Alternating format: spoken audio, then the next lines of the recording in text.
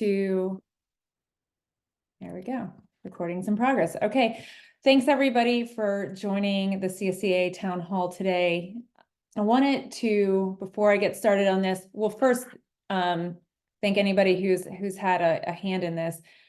This town hall has been historically was in person at the NCAA championship meets for Division I specifically.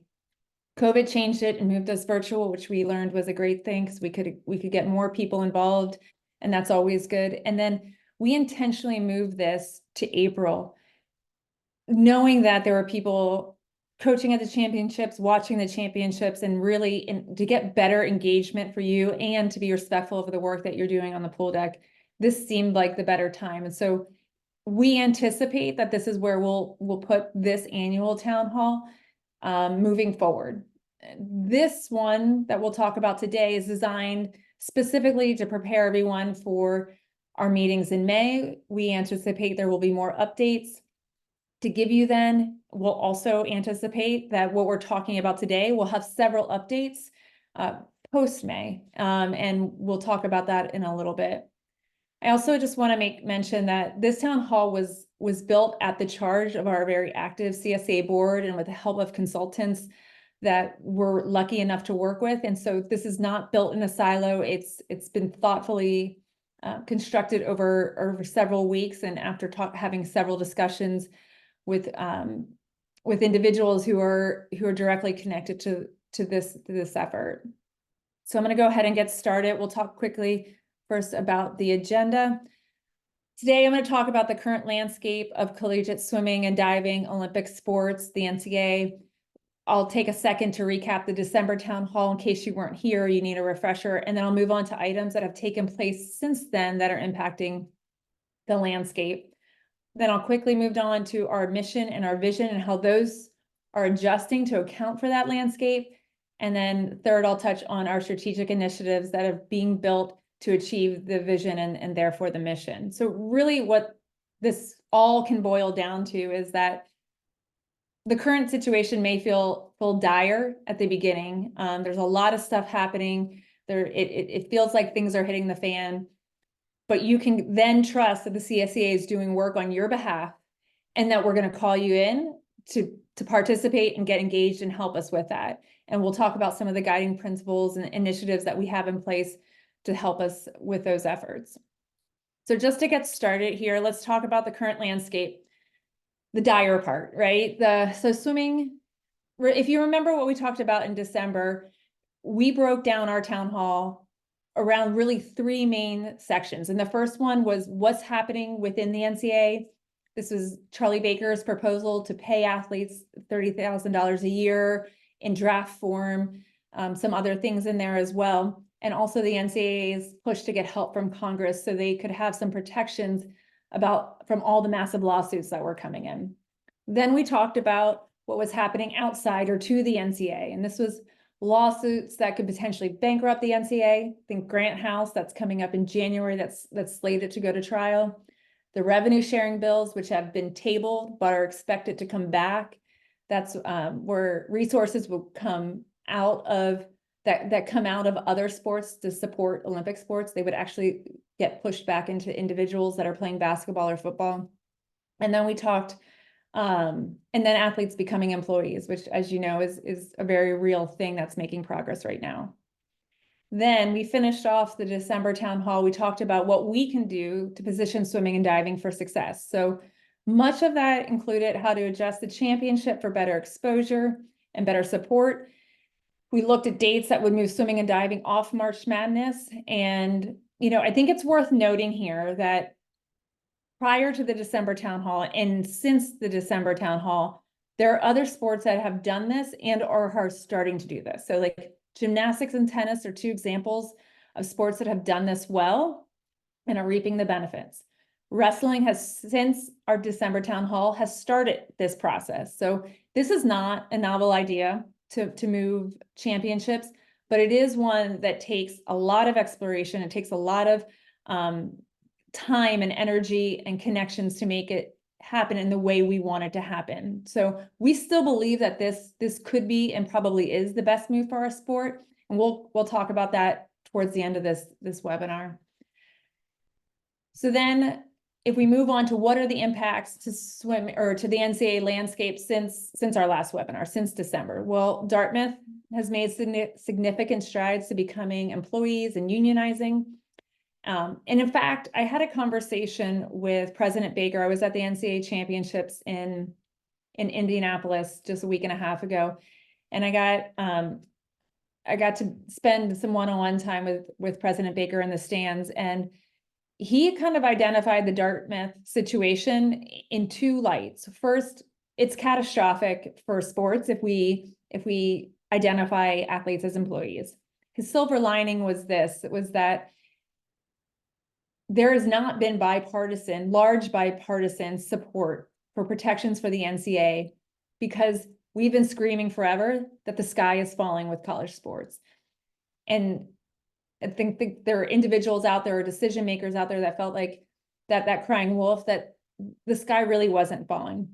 Since the Dartmouth action, it kind of opened eyes and said, okay, well, maybe we actually really need to do something. So he's hoping that the Dartmouth situation is actually going to be something that motivates people into action in Washington, D.C. And so that was really an enlightening conversation that we had. Other items, staying on DC, there's a lot more conversation now more than ever around the NCAA. In fact, Ted Cruz hosted a town hall at the same time we were up there with key names and figures from the NCAA, highlighting the importance to make sure that the model that's in place, the one that does everything from providing educational opportunities to Olympic medals, that's not destroyed. In fact, the athletic director from Alabama was there, and he was quoted as saying, if it weren't for football, we would not have 21 other sports at University of Alabama. We do not want to see college sports lose women's sports or Olympic sports. So this is good, right? We've got some really important people, and this is just one example, that are on our team, so to speak, protect Olympic sports, make sure that they stay healthy, make sure that they stay on campuses. But it's also worth noting, the reason he's saying that is because he's identifying that system is vulnerable, as under threat.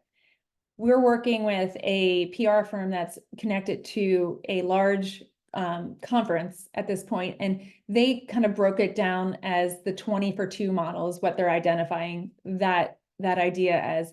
You've got two sports who are bringing in the bulk of the revenue on most campuses. And because they are bringing in such massive revenue, they can float 20 or 22 other sports perhaps, or 14 or 18 or whatever the case is. And they're calling that the 20-for-2 model. They also recognize if those two go down, then those other 20 who are on the boat are going down with it.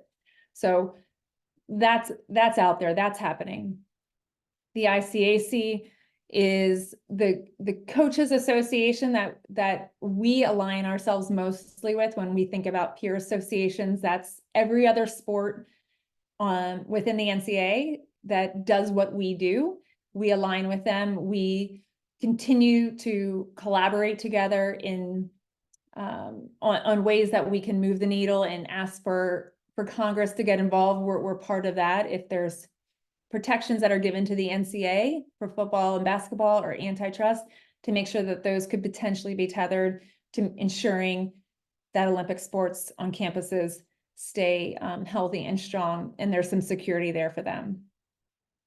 So then legal and legislative battles for the NCAA continue to pile up. We saw in January the Department of Justice joined the action to allow against the NCAA on transfer rules. And so in response to that, next week, the Division I Council, among other reasons, is going to probably pass emergency legislation that's going to allow free transferring. So somebody could arrive at University X in their freshman year and play at potentially 4 different universities during their collegiate eligibility, within a conference or without, as long as they meet the academic requirements to do so. So those are some of the legislative items that are landscape items, that are impacting the whole system as it currently stands. This sounds like a lot.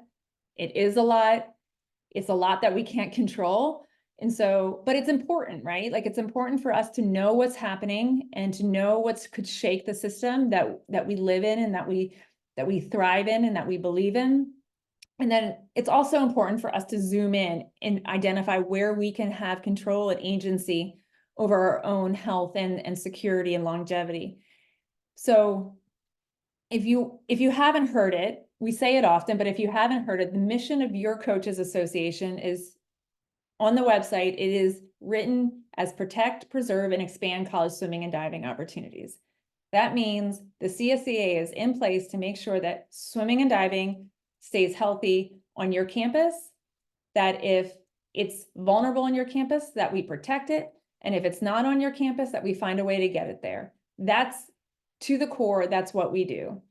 Our vision changes to fulfill that mission based on what's happening around us. And so we have worked with, again, our board, our consultants, and trying to understand what does our vision need to be to fulfill our mission. And so basically it comes down to three things. It's on the screen. I won't read it for you directly. You can read it, but it boils down to three things.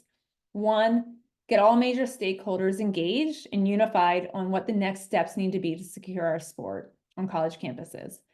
The second thing, create a set of strategic initiatives that will help with that vision.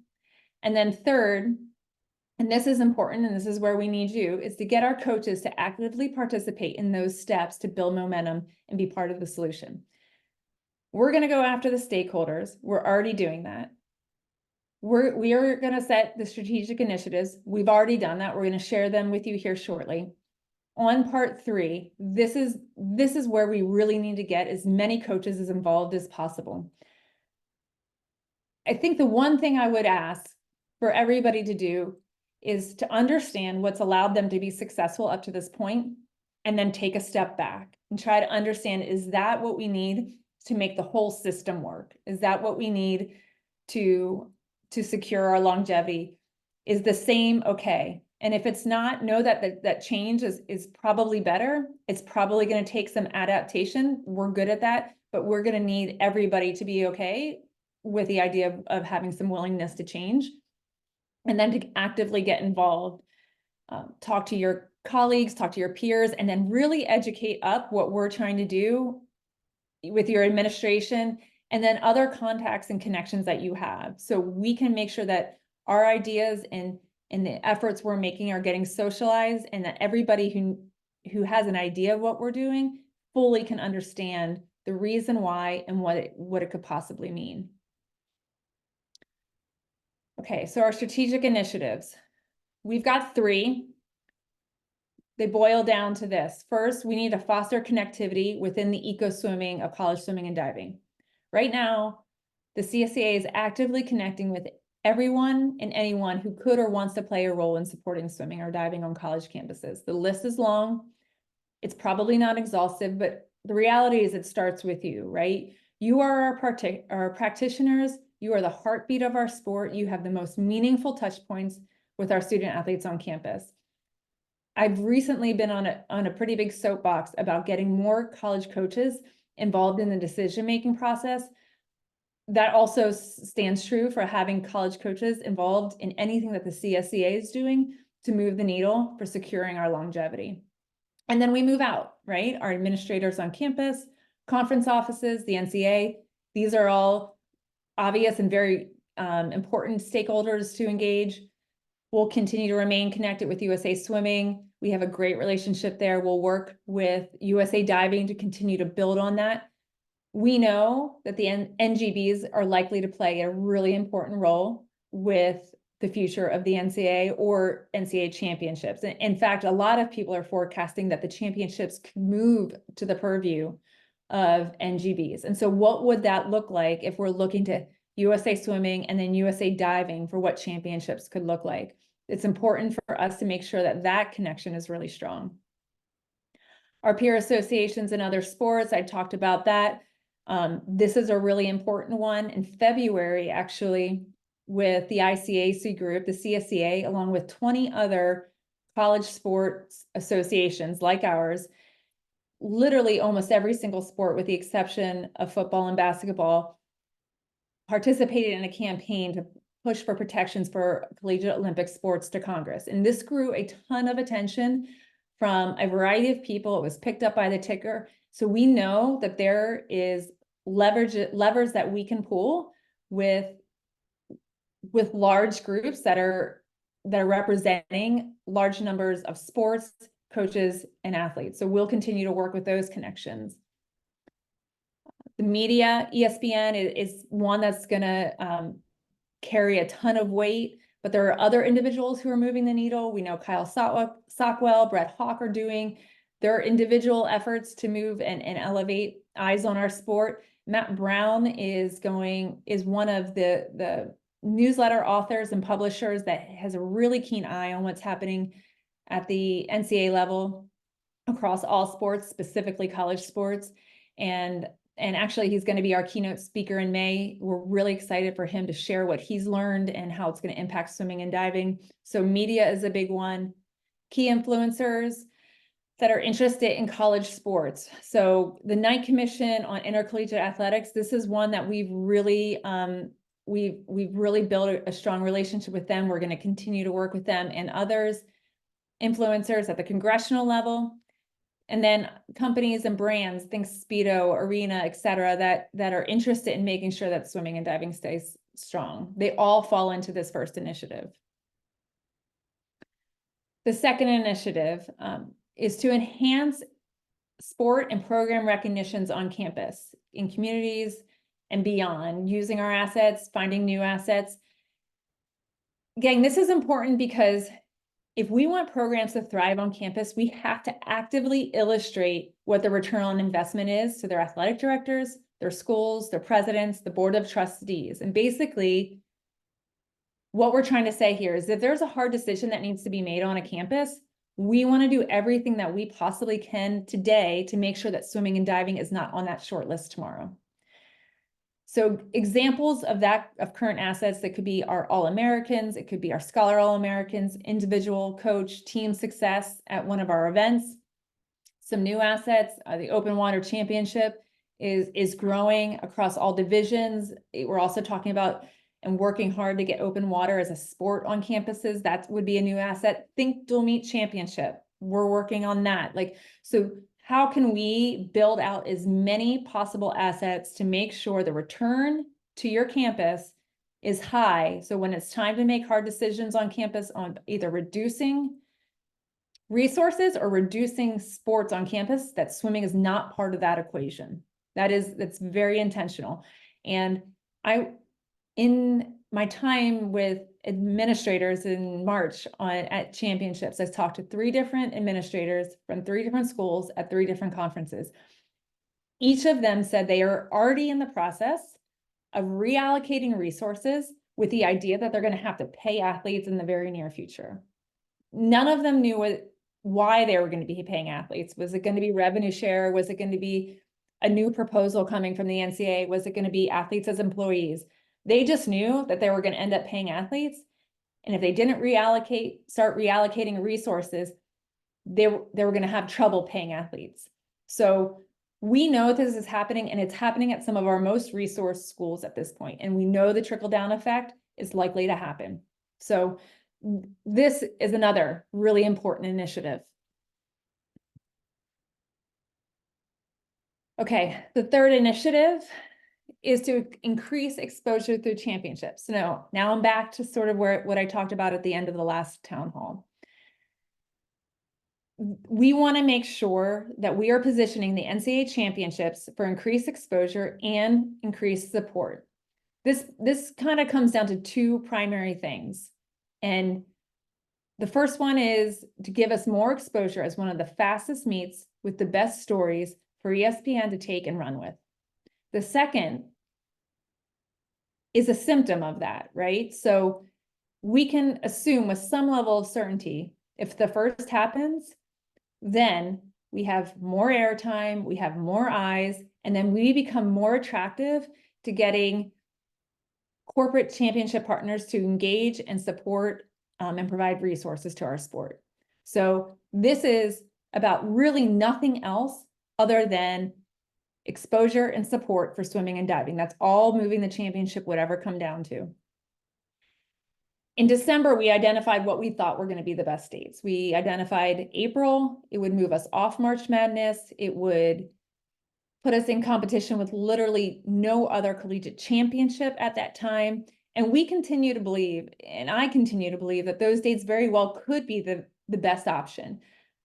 But we also realize that it's massively critical for us to explore all possibilities. We want to know what the reality of this decision could mean, okay? And a couple things have to happen. First, we need some strong education. So an initial survey went out to conference commissioners earlier this year, and the feedback was less than complete, but it really forced us to look at some of the comments in there and understand what were some of the critical points that came back with the idea of moving the championship, and then understanding that we need to educate around those concerns. And we need to make sure that we're paying attention to those concerns. So when this comes back around, that we've addressed them and we haven't ignored them. So the education piece is big. Then we need to meet with those who can help us make the smartest move. So we want to make sure the outcome that we are predicting and hoping for in moving the championship is actually the one that occurs, okay? And not an unintended consequence. So we're going to start doing that, and we've already started doing that. We've had initial meetings with the NCAA on it. We'll continue to have meetings with the NCAA about this. Again, ESPN is probably going to carry the most weight when it comes to identifying dates and formats, and the balls are in motion to meet with individuals there. And then when we do meet with them, our job at that point will to listen, to learn. We will not promise anything to them on your behalf, but what we want to know is what's going to get us better airtime, more fan engagement. We've been hyper focused on dates, thinking that if we can kind of singularly focus on one element, that will be the first step, and then we can take into account what the second step needs to be, and that's format. I think when we listen to ESPN, they're probably going to have something to say about format. And so we need to listen to that too. And we will, and then we'll bring it back to you. We're hoping to have some initial dialogue before May. We don't have any promises, but that is the goal. That is the effort. So a couple things to note related to all of this. January 2025 is when the next round of RFPs, requests for proposals, will go out to facilities that may want to host NCAA championships 2027 and beyond. That has been identified to us by the NCAA as an ideal date to have this project, I don't want to say wrapped up, but probably pretty close to wrapped up. So 8 months sounds like a long time. It feels like a very short time. We've got a lot of work to do. And we don't have all the answers, but we're going to get them.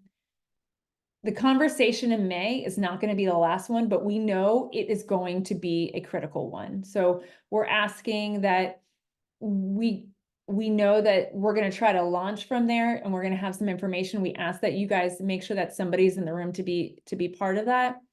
And then once we get to a really strong spot, is that we're going to lean on you to help socialize this idea to everyone so they understand what the change means at all levels. A great example of this is in December at the town hall, we talked about April dates, and then there was this flood of questions about making the season longer. Okay, well, that's a fail on our end, because we probably should have started off by saying, we don't have the ability or the desire to make the season longer. So the education at all levels, whether it's a conference commissioner or the coaches who are going to be living and breathing it, we need to make sure the education piece is there.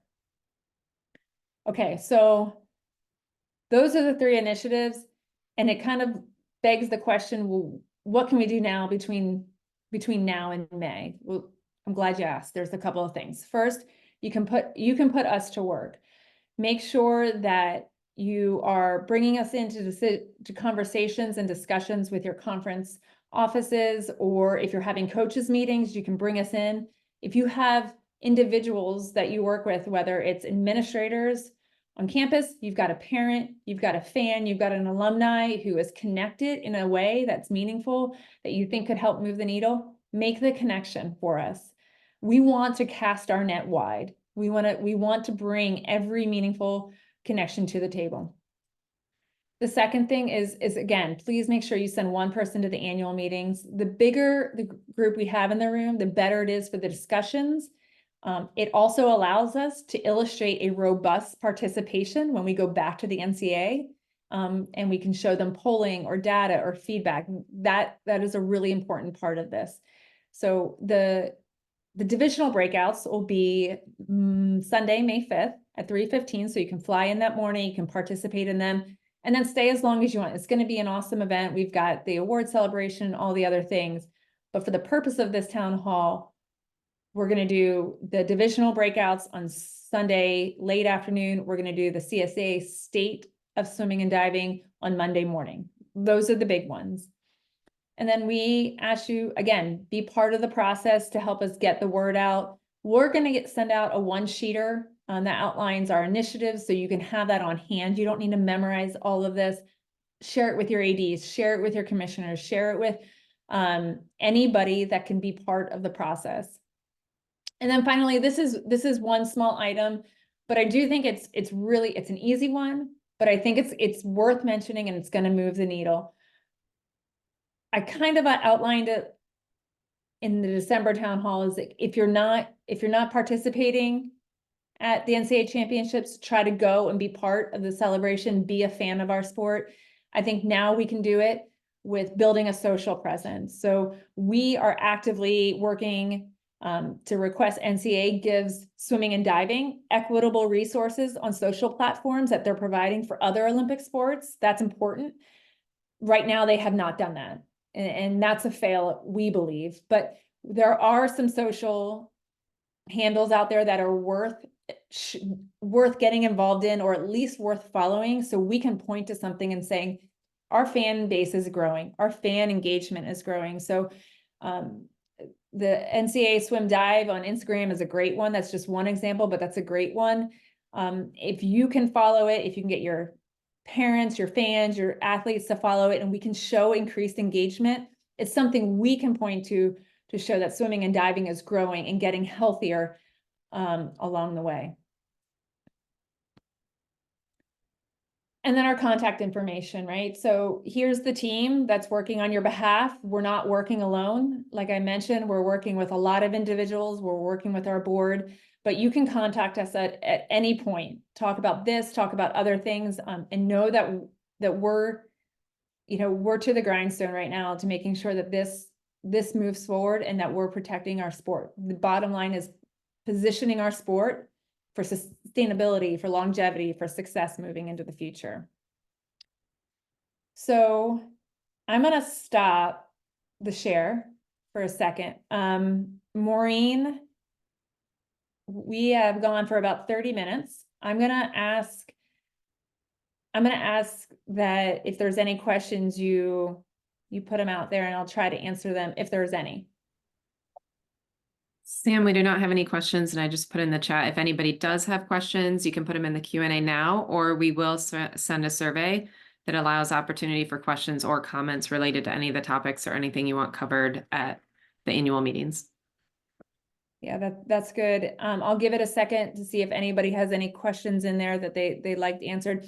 I think also it's just probably worth mentioning that these town halls, they're very heavy Division I right now.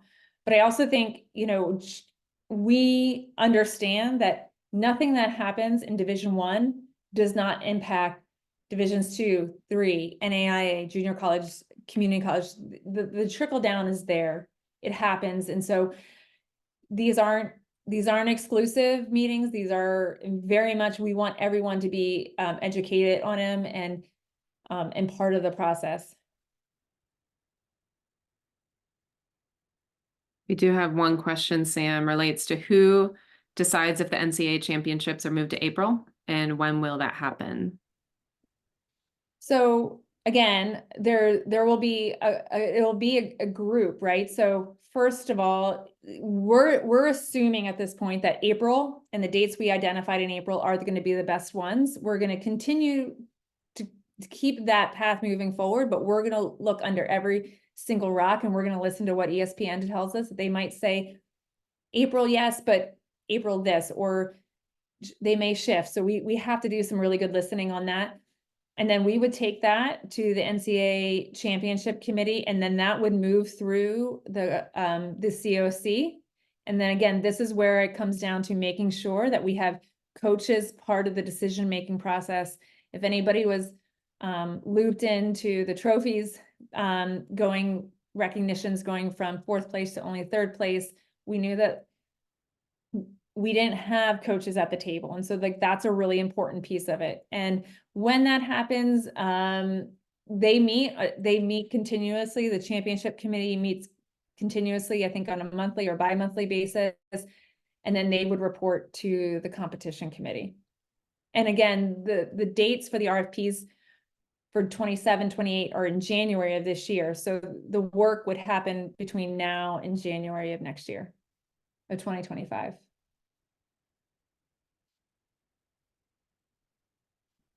Anything else, Maureen? There are a couple questions about increasing the number of athletes at the Division III meet specifically. So maybe some of these I will gather all of these questions and we can answer some of them specifically. I think we can answer those divisional specific ones in May. But what I would say, just from a general standpoint right now, that I feel like I have more clarity after talking to administrators.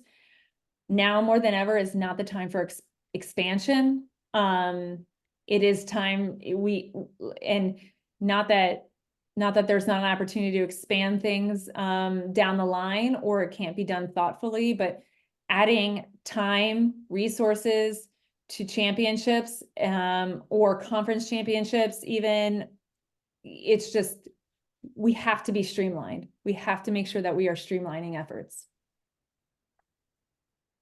Sam, here's another one. There are 6 colleges in New York State that have been eliminated. Their programs, 3 are colleges that closed or are closing. Another program may be cut next year. Any plans to help program supporters fight future program losses? Yeah, I mean, we are actively engaged in some of those fights. We are going back to the mission: protect, preserve, expand. So if a program is cut, you know, we're not made aware of when cuts are going to happen in advance. If a cut is made, we try to reach out, we try to get on board. The best measure for making sure programs don't cut is doing it proactively, making sure they don't get on the chopping block to begin with. The stuff in New York is really interesting because they've just changed some, from a state law standpoint, they've just made some changes that allow schools to merge in a way that is with a whole lot less red tape. You've always been able to join schools. We saw that happen in Philadelphia this year, but it's happening more and more because schools are closing. We also know that, you know, again, this kind of goes back to the idea, if Olympic sports on campus are removed, okay, Olympic sports have been at some levels allowed campuses to stay afloat and to stay open, and they're enrollment driven. And that's a really important thing to recognize. So when programs are cut at Division II levels specifically, and even Division III, where enrollment is a big issue, that's basically a school sort of going upside down. But we want to protect them because we think swimming can be part of the solution. We think Olympic sports can be part of the solution for keeping doors open. Right. There are 2 that are similar here about asking the specifics of the dates. Sam, if moving the champs to April, would we move to a 1 semester sport? And in addition, another one was, how is moving the championships to April not going to essentially extend the season? Okay, so the first question was, would we move to a 1 semester sport? That's what wrestling is proposing, to start after January and go to the end of April. You have to count back In Division I, you have to count back 144 days. So we have to, we're right now, we're running sample calendars that from the practice and playing season calendars. I think it's bylaw 17, right, Maureen?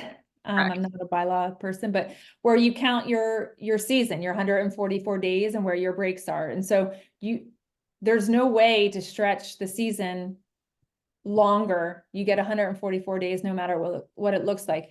Perhaps that means you're doing more 8-hour workouts on the front end. Maybe it's a slower on-ramp, whatever it looks like. I mean, but the reality is we have to look at where the championships are going to be more successful, and then we need to adapt. It doesn't matter if our season is slightly shorter or if it stays 144 days.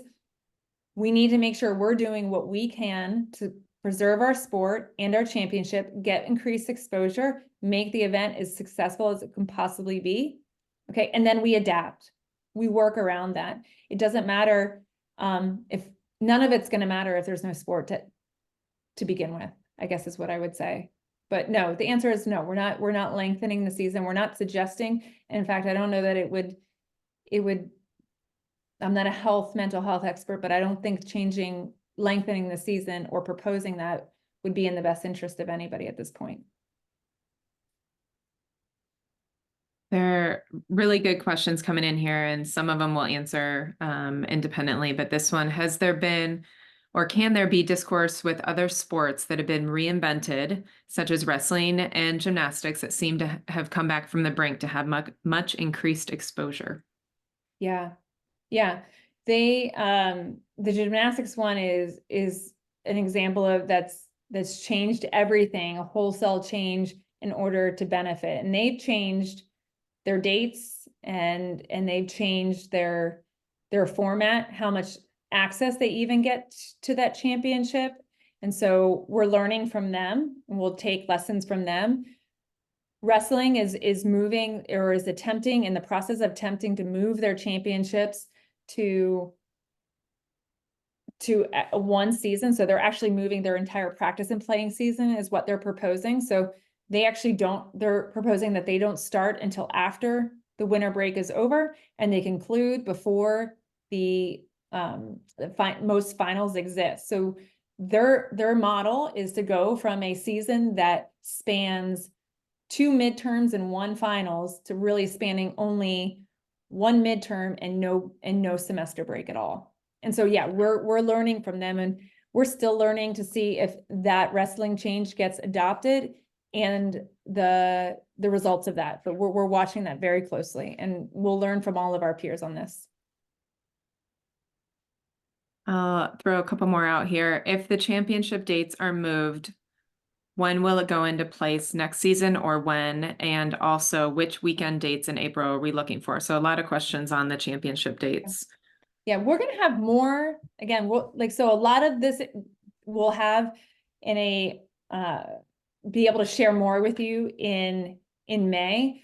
The dates would not be for next year. So next year, the Division I men's and women's championship will be in Federal Way for 2 consecutive weekends, or weeks rather.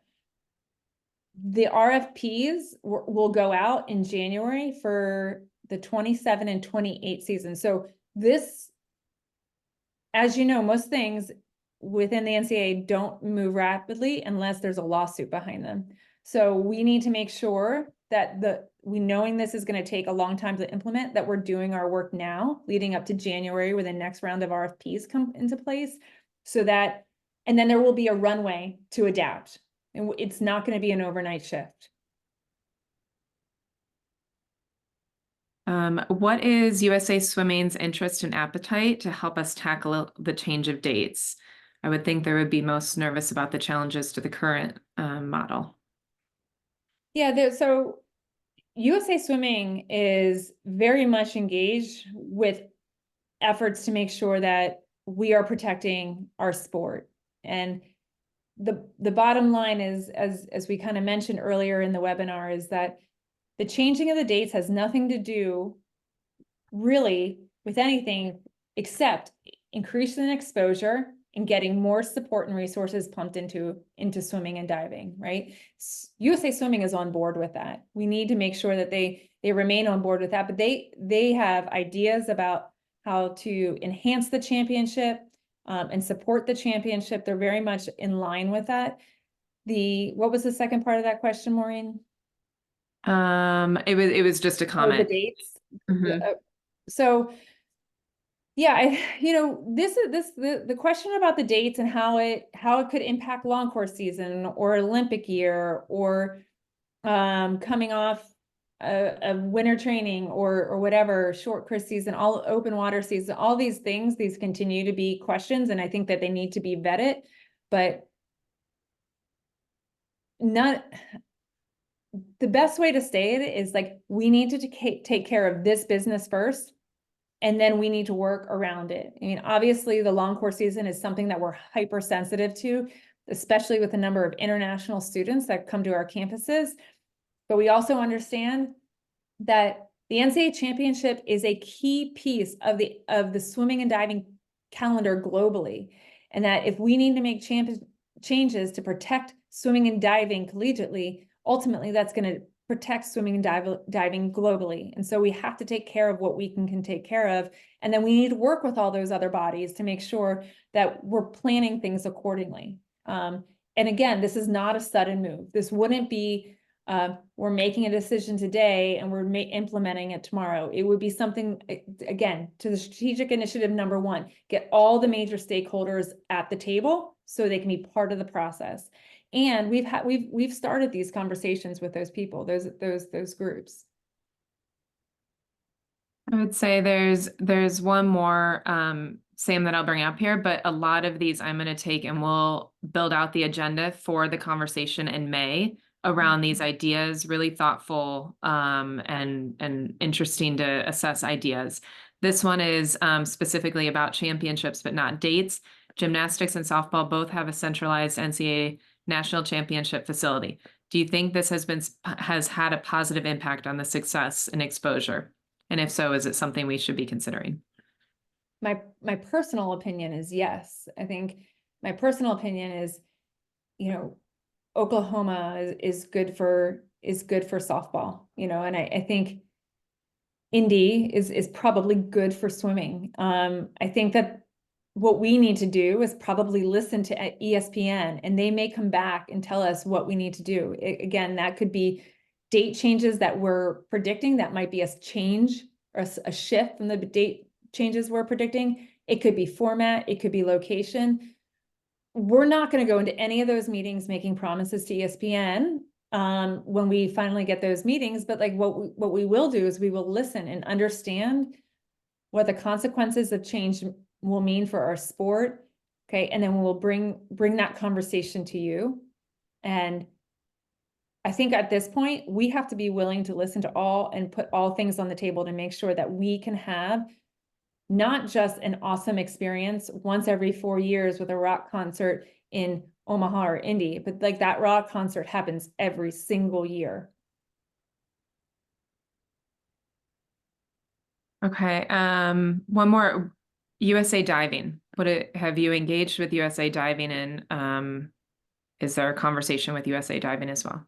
Yeah, so we have not had a lot of engagement with USA Diving up until this year. There hasn't been a whole lot of engagement. And there just hasn't been a whole lot of engagement. They haven't engaged very much at all, but we have purposely spent time trying to get meetings with them and spend time with them. We're hoping that they'll be at the annual meetings. We've asked specifically for them to join us and be part of these conversations. So we're hopeful that they'll do that. And we hopeful that we'll have a meeting with them later this month, again, to keep filling them in. I think it's important to know, like, USA Swimming and USA Diving are two separate NGBs. Swimming and diving collegiately is one thing, but our NGBs are separate, and we want both groups to come to the table, because if the forecasting is true that NGBs could take a major stake in how championships look, we absolutely need to make sure that USA Diving is involved in order to sustain college diving. So like that has to be part of the equation. And yes, we're working on that. Sam, I'm looking here. The other ones, I think we can include anything else we can include in agenda items. It's asking very specific stuff in regard to especially the championship dates. And I think like this is good, right? This is exactly, this is kind of the dialogue and the questions that we hope this would prompt. I hope that if possible, that you can get somebody from your staff to the room to help have these conversations, to take a vote, to be involved. It's really important to us that as we try to push this forward to save our sport, to make sure that we stay strong when we know there's a lot of shakiness otherwise, that we have as many stakeholders involved as possible. So I want to thank everybody from all programs across all divisions to getting onto this call and in advance for registering to be at the annual meetings. It's important. And then I fully anticipate that we'll have more of these town halls, but know that you can reach out to us and know that we're here, and then know that we want your activation.